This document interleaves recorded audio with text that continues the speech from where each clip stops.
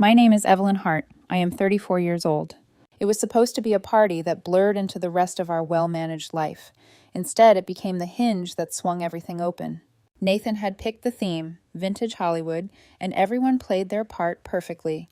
The room smelled like old perfume and new money. His mother wore pearls like a decision. His friends laughed at the right moments. The lighting was soft. The champagne never stopped pouring. He looked the part of the celebrated man in the center of it all. Tailored tux, easy smile, the look of someone who'd been photographed into certainty. I was the extra in his movie, the steady hand moving behind the scenes. I kept the catering from flagging, topped the flute that had slumped, smoothed a napkin at a table that needed it. It's what I do in other people's dramas. Stay efficient, invisible, indispensable. Then came the toast.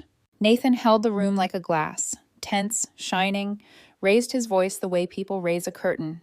He rattled off the names, parents, college friends, that one agent who'd always been helpful. Then, with the practiced, breathless cadence of someone who'd rehearsed his own humility, he gave the speech every social climber loves, the gracious nod to an ex. And I have to give special thanks to Claire, Nathan said, and his voice swept the room. My ex. She taught me what I deserve. She raised the bar for me. I'm forever grateful for the time we had. Applause bloomed like a prearranged fountain. Claire, sitting near the back, gave a little bow. Perfectly gracious, perfectly placed. She wore a dress that suggested nothing was ever accidental about her life. Then Nathan's eyes crossed the room to where I stood, unnoticed by most. For a breath, he looked at me the way one glances at an accessory. And thanks to her, too, I guess, he said, as if he were offering the smallest courtesy to a museum piece. A ripple of laughter, the kind that stops at novelty and lands hard. A few friends tittered. Veronica, Nathan's childhood friend, who had the habit of looking like she'd swallowed a secret, smirked into her wine. In that small wave of attention, there was a precise message. The X was the standard. I was the margin note. I drank the champagne as if nothing was wrong. On the outside, the face you see in a photograph. Cool, composed. Inside, a switch clicked.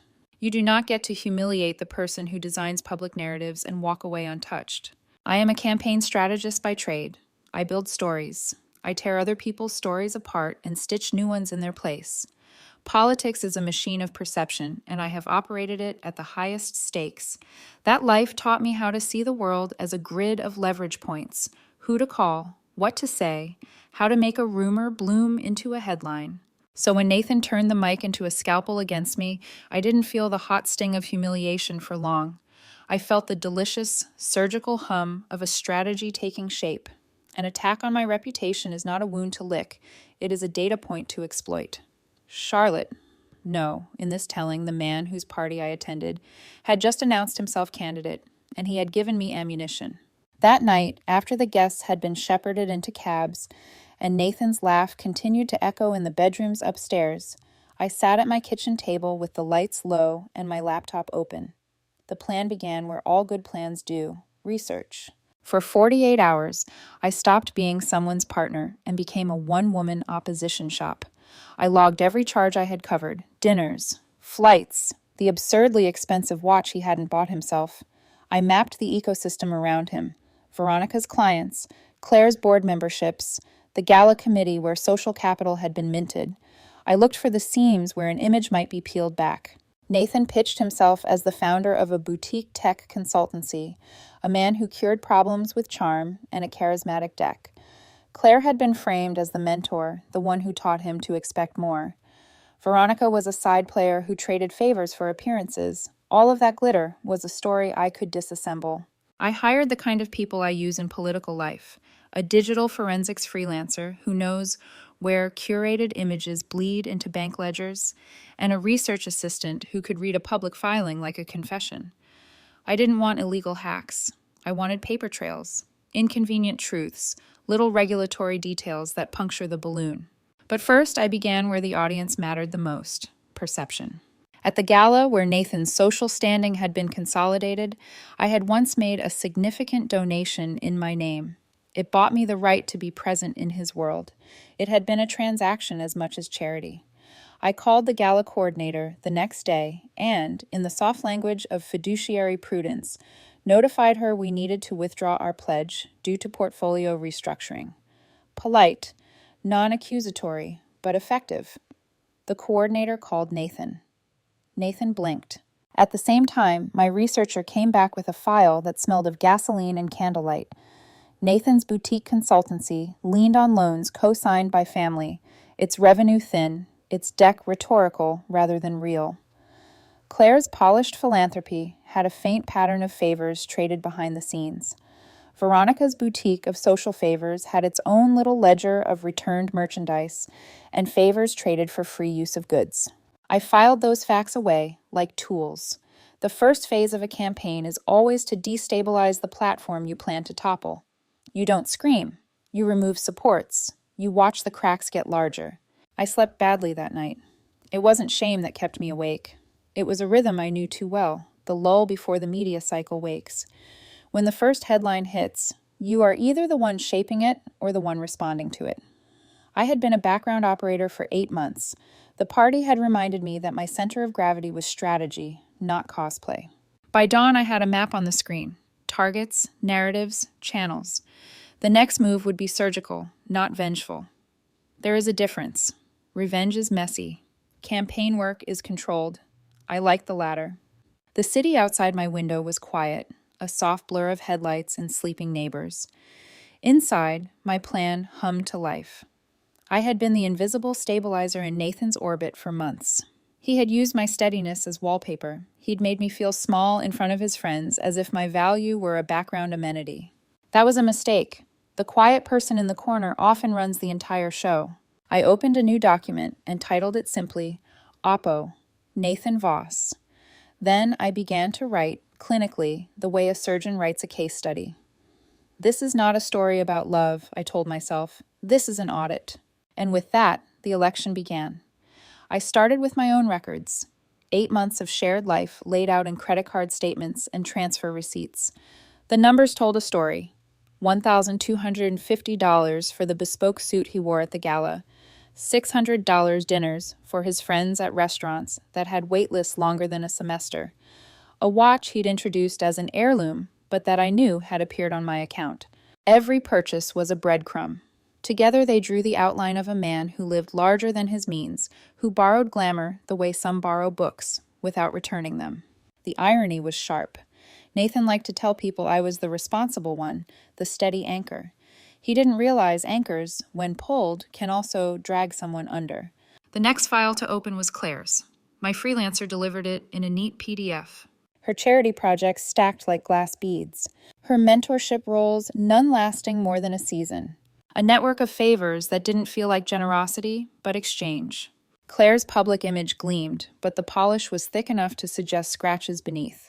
She had mastered the art of being indispensable in public while being transactional in private. That wasn't a crime, but in campaign terms, it was a vulnerability.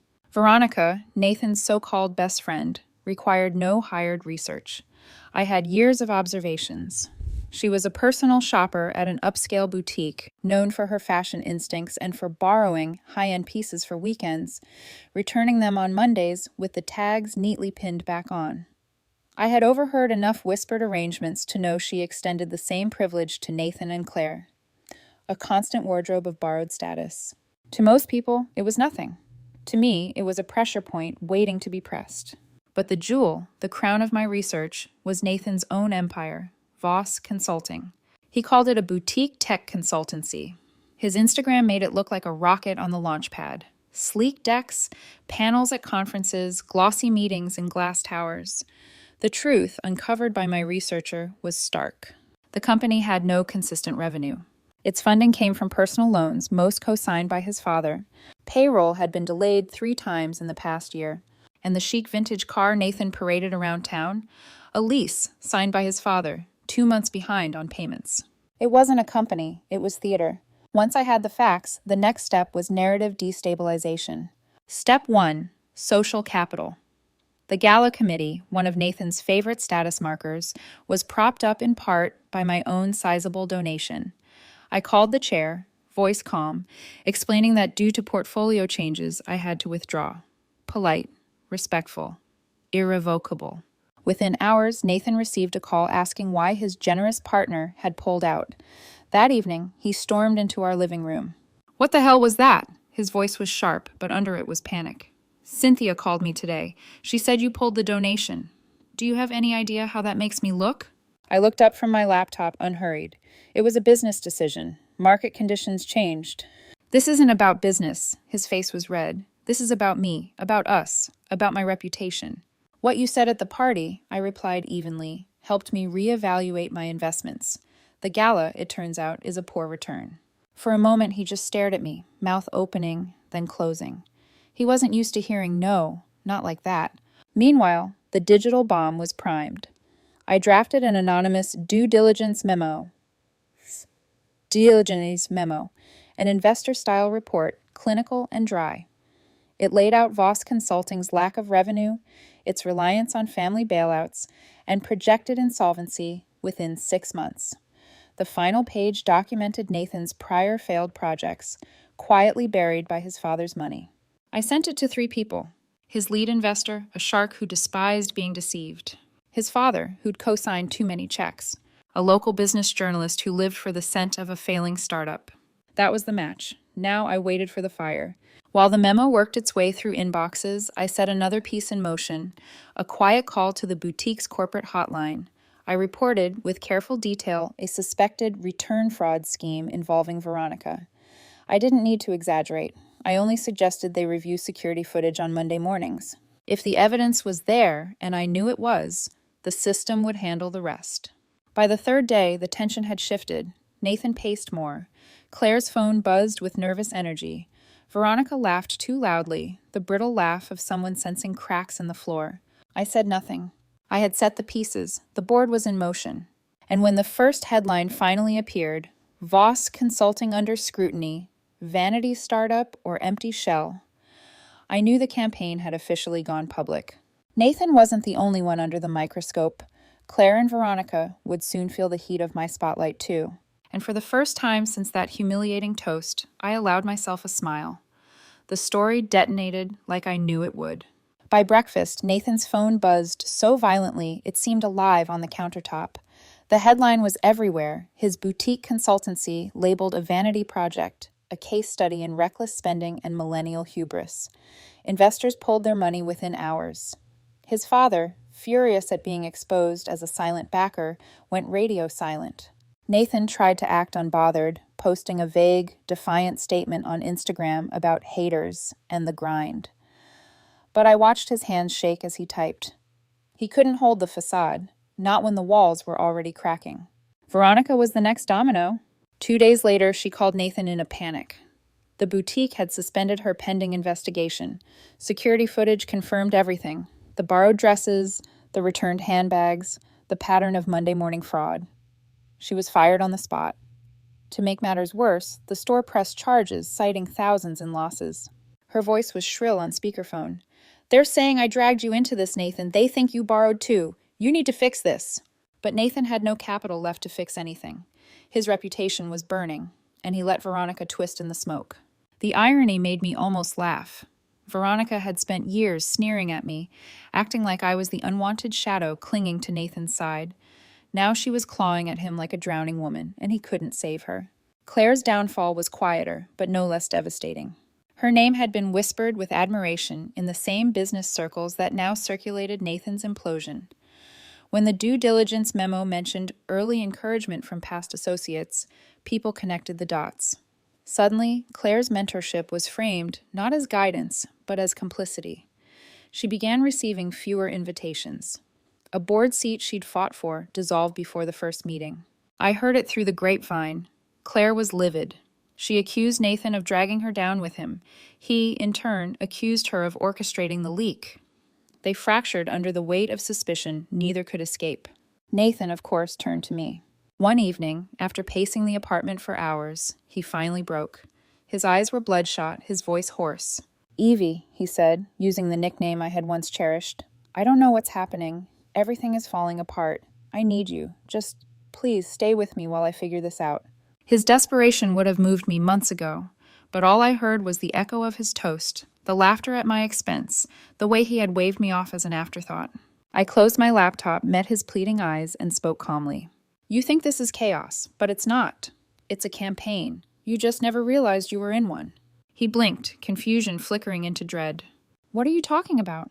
You thought I was the accessory, I said, my voice steady. The safe, quiet woman who kept the wine chilled and the guests comfortable. But Nathan, you declared war when you humiliated me in front of 50 people. You thought it was a joke. I treated it as data. The room went still. I expected him to shout, to deny, to throw accusations. Instead, he sank onto the couch like a man already beaten. You did this, he whispered. The story, Veronica, Claire, all of it. I tilted my head. I manage narratives for a living. You handed me the material. All I did was frame it. His face crumpled, and for a fleeting moment I felt something. Pity, maybe. Or the faint ache of what might have been if he'd chosen respect over spectacle. But pity doesn't undo betrayal. The next morning, I took control of the public story. I met with the same journalist who had published the takedown of Nathan's company. Off the record, I painted a picture. A private professional, quietly trying to disengage from a circle of social climbers. I didn't name names, but the details were precise enough that anyone close to the scandal knew who I meant. The article framed me as the calm survivor of a toxic orbit, the one who saw through the illusions and stepped away. It was my counter-narrative, polished and bulletproof.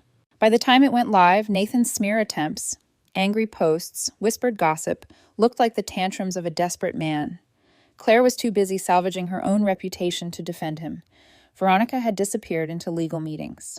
The campaign was mine, and it was a landslide. But winning didn't feel like I thought it would.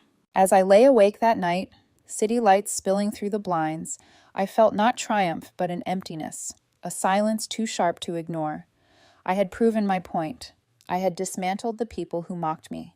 I had reminded Nathan that the quiet woman in the corner was always the most dangerous. And yet, beneath the calm, something hollow whispered, "What if this victory cost more than I realized?" It's been a month since I launched the campaign, and the results are undeniable.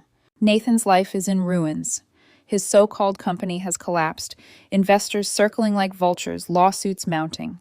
His father, once the silent benefactor, has finally cut him off, tired of bankrolling a fraud exposed in the morning headlines.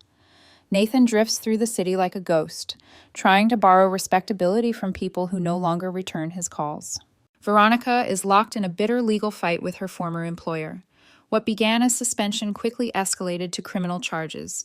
She points the finger at Nathan and Claire, desperate to deflect blame, but the evidence is stacked high. She was once the sharp-tongued friend who mocked me behind wine glasses. Now she's the subject of hushed gossip and frozen accounts. Claire? She has all but vanished from the circles she once dominated. She lost her board seat, her speaking engagements, her carefully maintained aura of influence. The same mouths that once praised her now mutter about opportunism and poor judgment. She's tasted exile, and she's choking on it. And me? Outwardly, I've won. My exclusive interview painted me as the professional woman who narrowly escaped a nest of frauds and social climbers. Colleagues who once knew nothing of my private life now commend my clarity, my discipline. The narrative is clean, unassailable. But inside, the silence is louder than applause. When the noise of battle fades, you're left with yourself. And sometimes, that's the most dangerous opponent of all. Nathan came back once. It was late. Rain streaking down the windows, the city humming in tired neon. He stood at my door, soaked, broken, begging. His voice trembled as he admitted, "I made a mistake. I pushed you aside. I thought humiliating you would make me bigger, but you dismantled me." His words should have satisfied me. They didn't. I let him speak every plea, every apology. Then I told him the truth. "You didn't make a mistake, Nathan. You ran a bad campaign. Your strategy was flawed. Your allies were weak, and worst of all, you underestimated your opponent." The realization hit him like a slow poison. His face collapsed under the weight of it. And for the first time, he saw me clearly, not the helper, not the footnote, but the strategist who had orchestrated his downfall. I closed the door on him. That was the last time I saw Nathan Voss. Word reached me later. He'd left the city, forced to move back in with family. Claire was spotted working a low-level administrative job, far from the glittering stages she once commanded. Veronica, still entangled in lawsuits, had sold her belongings to cover mounting fees. All three of them, once so sure they owned the spotlight, now stood in shadows I had cast. And yet, as I stand at my window tonight, the skyline stretching like an audience of lights, a thought gnaws at me. Campaigns don't end cleanly. Every strike leaves a trace. Every victory seeds resentment. Someone always takes notes. I know this because I've made a career of exploiting those notes, which means someone, somewhere, may already be studying mine. The city hums below, indifferent and infinite. I breathe in the silence, sharp and cold, and remind myself of the truth that brought me here. The quiet person in the corner is never harmless. She's the one running the entire show.